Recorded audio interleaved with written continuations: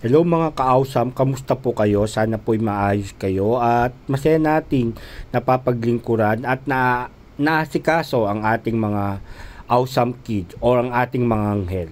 Anyway, for today's video at gusto ko lang pong ipakita sa inyo kung paano or kung ano ang ginagawa namin para ma-introduce o mapakain namin si Sak ng mga pagkain gusto namin mapatikim sa kanya.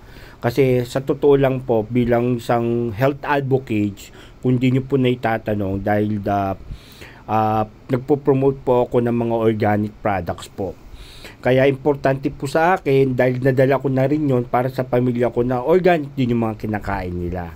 At yun nga ang gusto kong introduce lagi kay Sax, yung mga organic at natural na pagkain. Kasi alam naman po natin na yung mga processed food ay napakalaki ng epekto niyan sa atin, no? Hindi lang sa mga bata, pati sa matatanda, especially sa mga autistic children na katulad ng aking anak.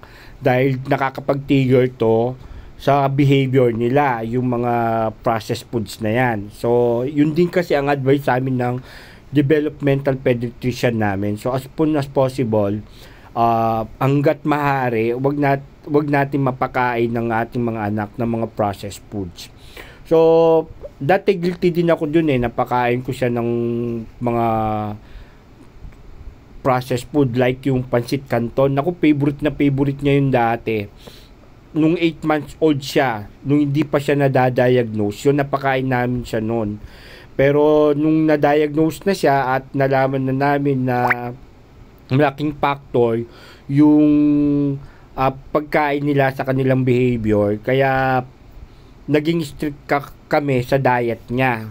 So, usually, sa pagkain ni Sakari, as soon as possible, sabi ko nga sa mama niya, every week bibili niya ng mga fruits. So, katulad nito, so ibinili niya ng orange. So, first time kumain ng orange ni Sak.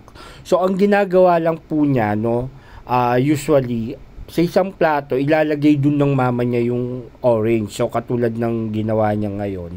So, inaayahan lang ng mama niya laruin para maamoy niya, malasahan niya yung textures, mahawakan din niya para mapaglabanan yung masanay siya sa sensory nung pagkain, no? So ganun lang po ang ginagawa namin every time na gusto namin siya mapakain ng mga pagkain na hindi pa niya natitikman. So sa totoo lang po, successful naman po yung ginagawa naming technique para makain niya at mapakain namin siya ng mga healthy foods. So far, so good naman po at very satisfied kami sa aming nakukuhang feedback